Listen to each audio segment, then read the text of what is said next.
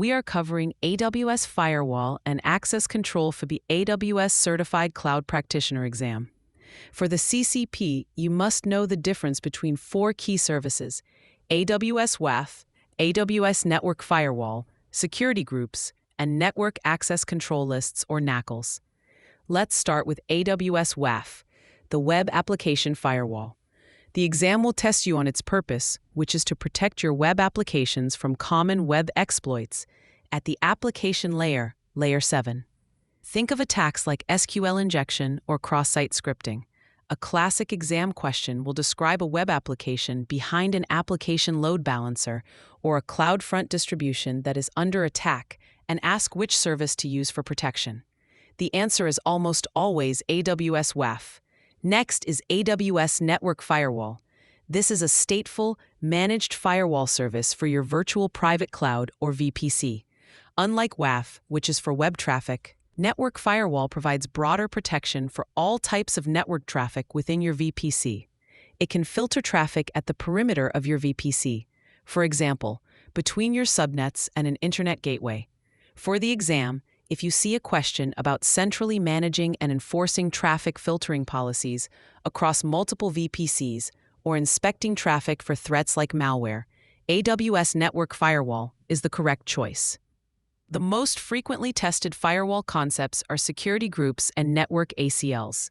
A common exam trap is confusing the two. Security groups act as a virtual firewall for your EC2 instances and other resources at the instance level. They are stateful, which is a key term to remember. Stateful means if you allow an incoming request, the outgoing response is automatically allowed, regardless of outbound rules. The exam loves to test this. For example, if an EC2 instance can't receive traffic, a likely cause is a missing inbound rule in its security group. Security groups only support allow rules. Anything not explicitly allowed is denied. Network ACLs, on the other hand, are stateless and operate at the subnet level. Stateless means you must explicitly allow both inbound and outbound traffic. The NACL doesn't remember the connection. If you allow inbound web traffic on port 80, you must also create an outbound rule to allow the return traffic on a high-numbered port. NACLs support both allow and deny rules, which makes them useful for explicitly blocking a known malicious IP address at the subnet boundary. To tie this together, here's a mnemonic: Web Application Firewall for your website, Network Firewall for your network, security groups for your servers. Finally, let's discuss private connectivity with VPC Endpoints and AWS PrivateLink.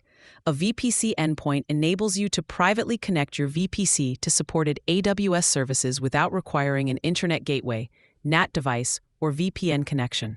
This keeps traffic on the Amazon network, which is more secure and performant. The two types are gateway endpoints, just for S3 and DynamoDB, and interface endpoints for most other services. AWS PrivateLink is the technology behind Interface Endpoints that allows you to connect not only to AWS services, but also to services hosted by other AWS customers or third-party SaaS providers as if they were in your own VPC. For the exam, when you see a requirement to securely access an AWS service from a private subnet without using the internet, think VPC Endpoints. For free practice questions, AI-powered explanations, and more exam prep tools, visit openexamprep.com. That's openexamprep, all one word, .com.